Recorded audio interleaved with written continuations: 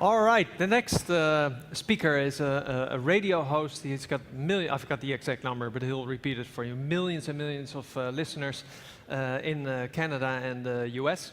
And the radio station that he's hosting is called Free Domain Radio.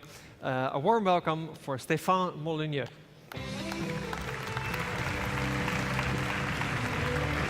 Thank you. Thank you. You don't need it, right? Sorry. Good afternoon, everybody. Hope you're doing well. Thank you so much for coming out to Bitcoin versus political power.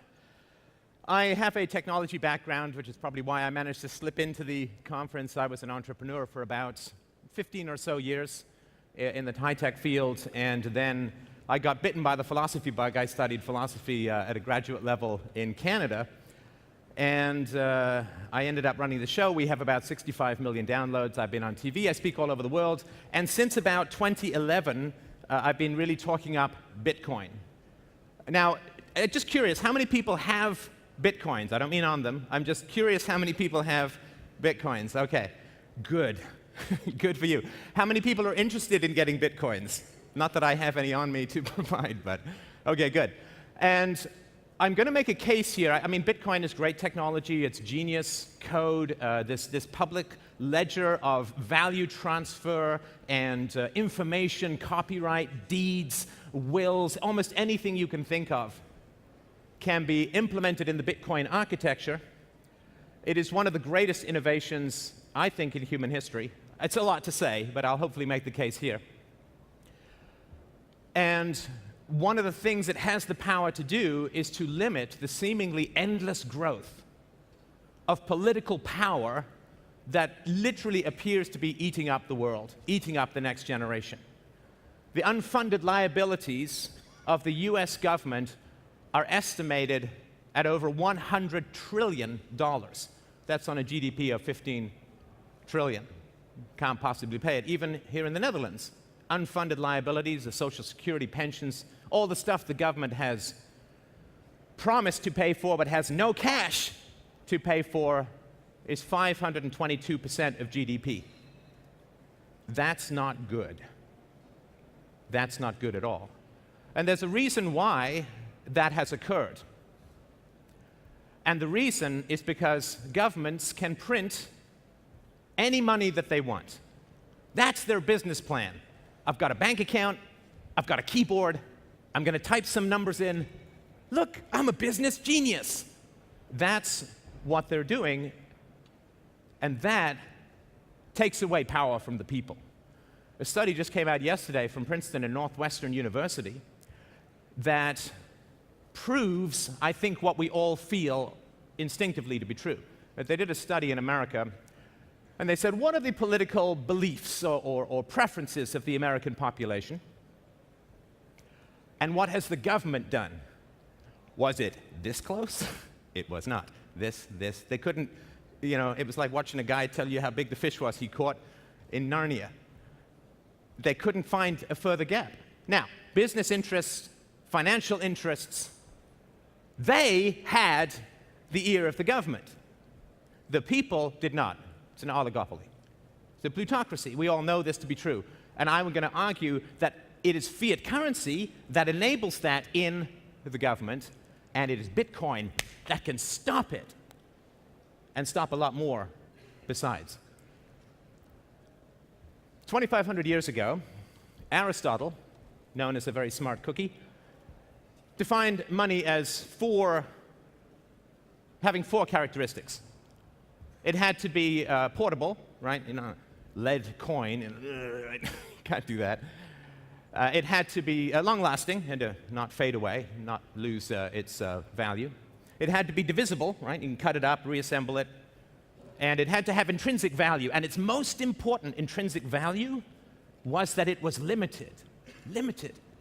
Now, I'm sure you guys know, what was the original money back in the day? Solid gold.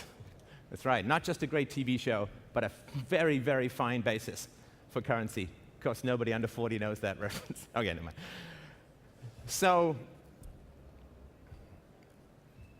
gold has those properties. It lasts long, you can slice it up, it retains its value, you can reassemble it, and it has intrinsic value because people like it. It's shiny, it's pretty, and all that.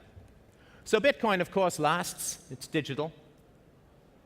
Bitcoin is divisible, right? There will be 21 million Bitcoins. They could be divided by 100 million each into these Satoshis. And I think that's about as many pennies as there are in the world economy, so we're not going to run out of money anytime soon. And it is limited. And I know this sounds like very abstract, maybe even annoying intellectual economic abstractions, but the limits of money, the limiting of money, is the limiting of political power. We have these governments, and we believe that they're necessary, but they are considered to be great servants and terrible masters. We create them for security, we create them for defense, for dispute resolution through the court system, and then they seem to do everything else under the known universe, and they run up enormous debts, and they start wars, and they sell off the unborn to foreign banksters, and we can't control the government when we need to. We try to vote, we try to rally, we try to have activism, and we cannot control this beast of the state. Anybody know how many Occupy Wall Street protesters ended up in jail? Anyone know that number? About 2,500. 2,500. The bankers in the United States are estimated, if you take out some of the government spending that's tried to remediate the damage, estimated to have destroyed about 40% of America's wealth. 40% of the wealth of the wealthiest country destroyed by a financial oligopoly who were clearly breaking laws repeatedly. Does anybody know how many bankers went to jail? Yeah, big fat goose egg, a bagel. 0. Remember Mitt Romney? Corporations are people, my friend. No, people go to jail. Corporations never go to jail because they give money to the government. Barack Obama was elected because it took the most money of any political candidate ever in history from the financial sector. And in return, he extends the TARP bailout. And banks that made hundreds of millions of dollars lying to their customers, selling them financial instruments that they were actually betting against, well, they get slap-on-the-wrist fines that basically get passed off as costs to their customers. They pay nothing. We cannot control this monster.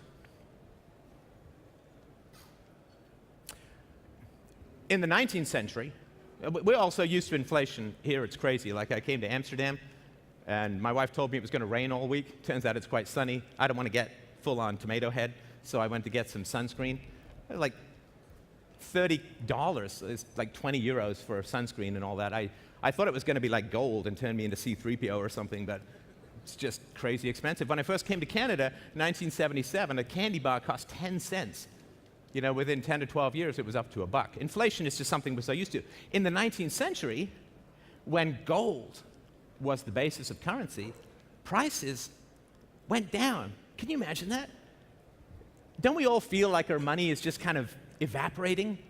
You know, like it's like grapes left out for ants to eat, like you put it under your bed and it just smolders and vanishes. It's one of the reasons why we put money in banks, why we invest in the stock market. It's just a hedge against inflation. In the 19th century, when money was limited by gold, prices went down for 100 years in general. Everything was a computer. Everything got better and cheaper over time. We can't fathom this anymore. But that's how it used to be, when money was limited. Now,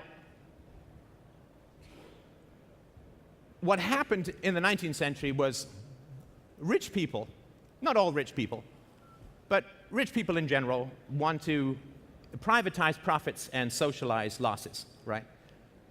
Ooh, I made some good money. Yay, all mine. Fine, I'm fine, down with property rights, good thing, right? Ooh, did I lose some money? Can we find a couple of taxpayers? Maybe they're kids, maybe they're unborn, they're not voting yet. Let's do that. And in the 19th century, people put money into banks. Now, they're already making money just by sitting on it because prices were going down. But they put their money in banks. Now, how do banks give you interest? They don't have any money other than what they're given. They're not entrepreneurs in the way most of the audience members here are. So banks lend money out to other people. And then those people make money and pay back the bank, and then the bank gives you a couple of points on your deposits. Fine business model, no problem with it at all. But in the 19th century, banks had the capacity for failure, of course, right? Because sometimes you invest, you give a whole bunch of people making carriages a lot of money, and then, oh, some jerk invented the car. Damn. Buy to that money, and you lose a lot of money. And of course, banks maybe make 1 or 2 percentage points on a loan, which means for every loan that fails, between 50 and 100 have to succeed perfectly, so it's a very risky business. So banks were competing for customers, and they always wanted to be able to offer more interest. Now, how could they do that? Well, fractional reserve banking. Boy, there's a phrase that will get people to flock to you at dinner parties. I know about fractional reserve banking. Would you like to sit next to me?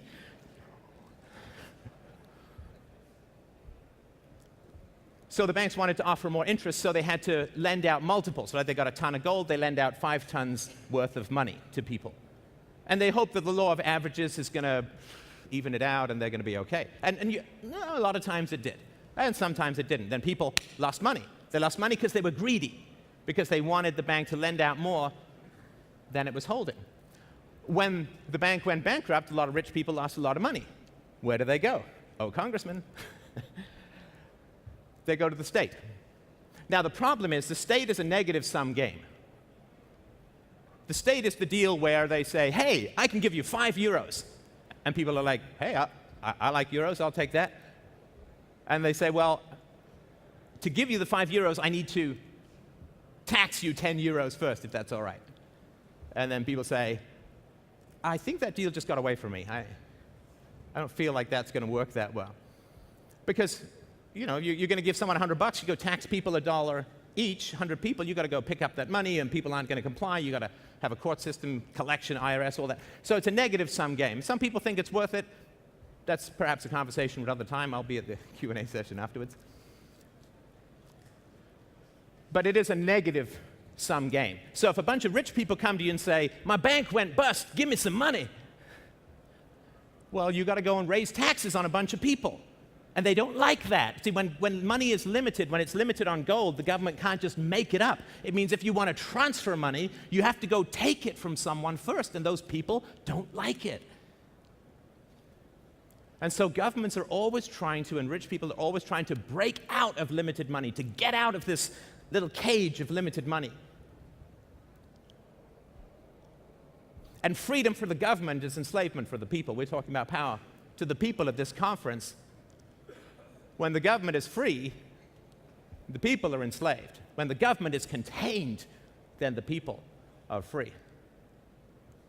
And when the government can print all the money that it wants, and when the government can create, in Canada there's a province, it has 75-year bonds, right? Which means, give me money now, and in 75 years, someone will pay it back.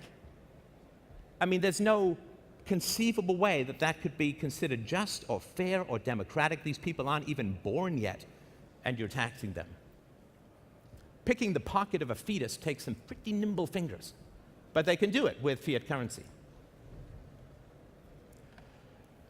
To limit money is to limit political power.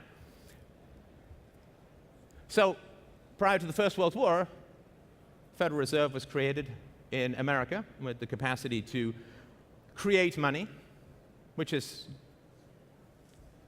well, technically called counterfeiting, but in the annals of government, it's sound fiscal policy. And during the First World War, which everyone started late in the summer and everyone expected it to be over by Christmas. Why? Because that's all the money they had. War is ferociously expensive. And all wars prior had been relatively short, relatively contained. And one by one, over the First World War, the European governments went off the gold standard because they had no gold. War and gold don't mix very well. War and limited currency don't mix very well.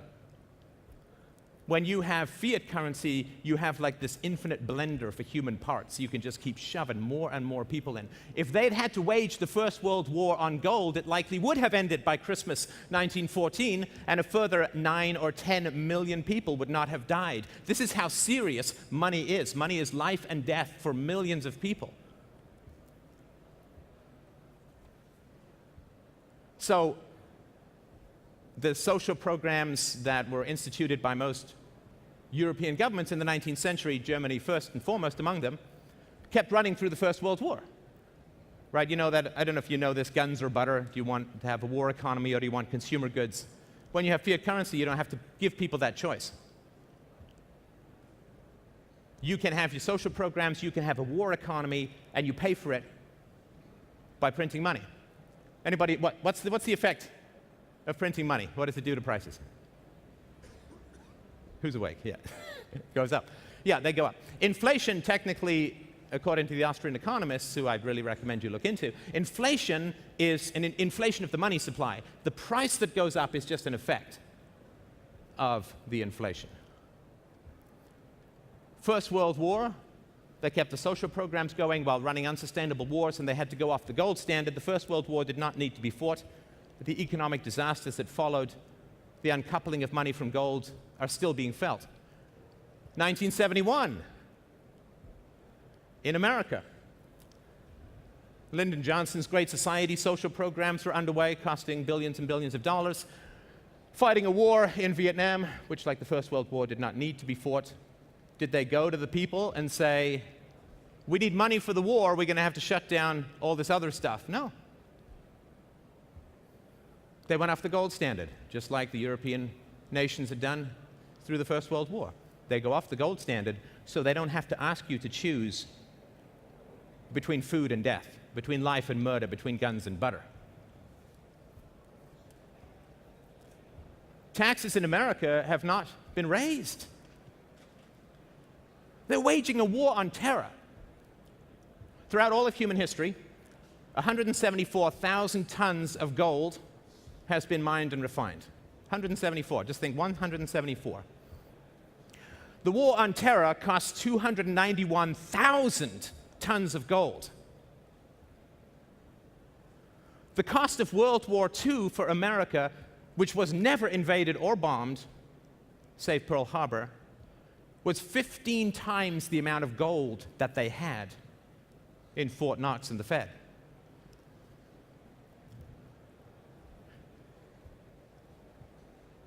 In terms of bitcoins, the war on terror costs 500 times more bitcoins than will ever be mined, and about 1,100 times more than is currently available.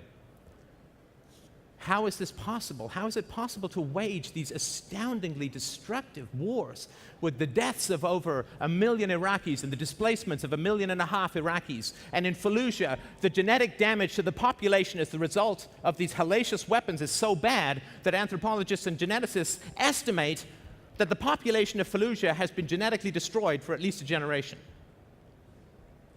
How is it possible? It's possible because money is unlimited. It's possible because not more than 1 in 1,000 or 10,000 people know that they lost their house because they cheered the war. They don't know that. They can't trace that. They're certainly not educated about that. Why would you educate people about that if you want all the evils of warmongering political power? So when governments can print money, they don't have to ask the people to make rational decisions or to balance things, right? The basis of economics. All human desires are infinite. All resources are finite. But with the magic of the printing press, with the magic of typing whatever you want into your own bank account, you go into this crazy psychotic world of limitless capacity for destruction and debt. So if in 2003, the American government had gone to its population and said, hey, that's Saddam, bad guy, right? Bad guy. I think we're all in agreement on that. Very bad guy. Would be nice if they hadn't armed him before, but bad guy. Why don't we go to war? People say, I'm not sure about that. They say, well, that'll be $75,000 per household. Please and thank you very much. How many warmongers would be left? Oh, really? 75,000? No, that's okay. Blessed are the peacemakers. Let's find another route. The TARP bailout for the banks. Hey, do you feel like bailing out Daddy Warbucks and his gold monocle? Would that be fun for you? Great. $2,200 per person. $4,400 for every working person. Want to send that money to us? Really? No, I don't think so. But they can just keep doing things without referring to the will of the people because they didn't invent the photocopier, but they sure know how to use it. The government has no money of its own. Bitcoin is intrinsically limited. You can't make a Bitcoin. You can mine it, and the government can't print a Bitcoin. The government in a Bitcoin currency universe has to actually go to the people and ask them what they want. The government will actually have to do what it claims it does: serve the people. Ask the people, not with votes. Votes. You only ever get to vote for people who've already been bought and paid for. Who's up there on the podium in the presidential debates, whether you go to Europe or to America or South America or China, anywhere? The only people who are up there are people who've got enough money to run, and where are they getting the money from? They're getting the money from special interests at your expense. This is not a theory. I mean, this is fairly well documented. If we have a Bitcoin universe, you don't get to print money for war.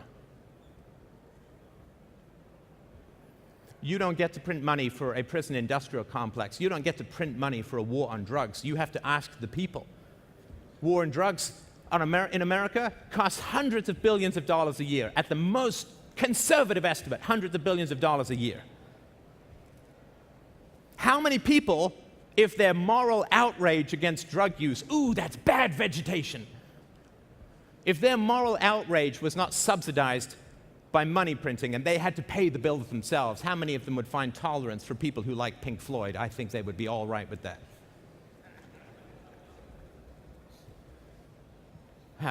All the people who hate drugs and love Sgt. Pepper's.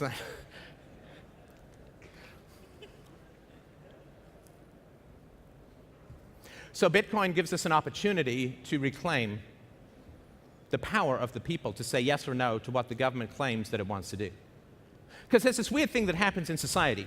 There's something that's happening that's cool, and then people say, well, the government can make it better. And they say, okay, well, the government will make it better, or let's have the government add to it. And then what happens is, boink, you get over to this place where suddenly the government has to do it. And then suddenly it's like only the government can do it. And this is how we think about currency now. It has to be government. Why? It's a complete anomaly. The last time the government had this much power over currency was in the waning days of the Roman Empire,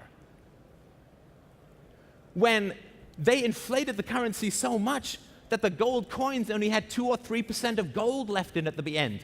And they were trying to pay all their mercenaries with this crap gold, and the mercenaries said, this stuff is crap. We're coming to Rome to get the gold. They killed the Roman economy, depopulated Rome from like 1.5 million people to 17,000 people in a year or two, and that was it for civilization for quite some time.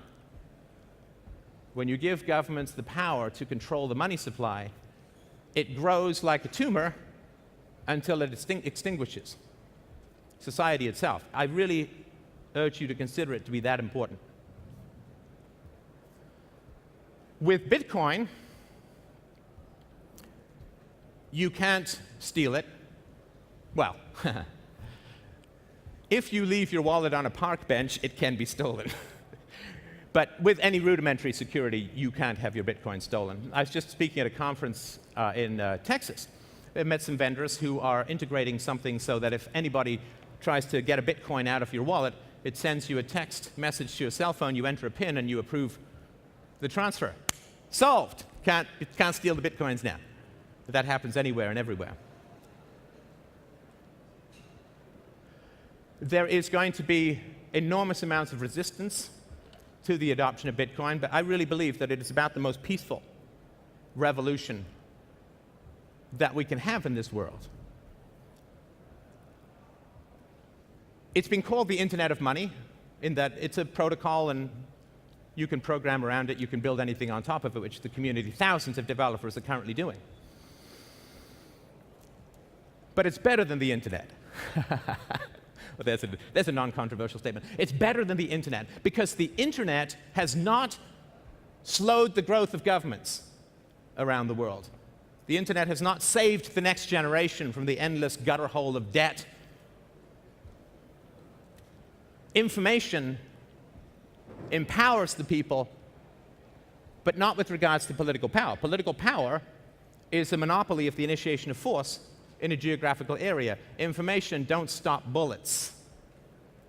But when you don't have money to fund bullets, the bullets stop. War, surveillance, as the lady was talking about before, debt, the growing fascism that is occurring throughout the Western world is all predicated on money. Imagine a football game where every time you cheered, you were charged €5. How loud is that game going to be? Very quiet. Imagine if our primitive reptile bloodlust brain, which we all have, nothing wrong with it. Imagine if our primitive bloodlust, us versus them, tribal, base of the skull meat brain was provoked with an enemy. Those guys are bad, they're coming to get us. We don't want the smoking gun to be in the form of a mushroom cloud. What stops that brain from cheering war? Cost. Cost stops us. Think of the environmental predation and environmental destruction that is wrought by the continual increase in the money supply. How much consumerism is driven by the fact that your money is burning a hole in your pocket? Literally, it's melting, it's evaporating, it's dying in your pocket. Convert it to something, buy something. How much consumer demand is stimulated by excess money being flushed into the system? How much wealth, genuine wealth, not bubble wealth, genuine wealth, how much genuine wealth is not being created?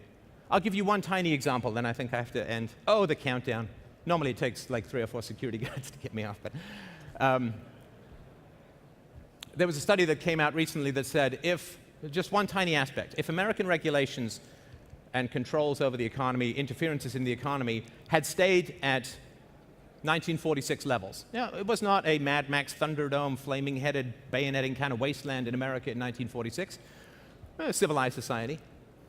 If regulations had stayed that small in America, if they just stayed that size, the GDP of America would not be $15 trillion. It would be $53 trillion. This is the opportunity cost of one tiny slice of an expansion of government power.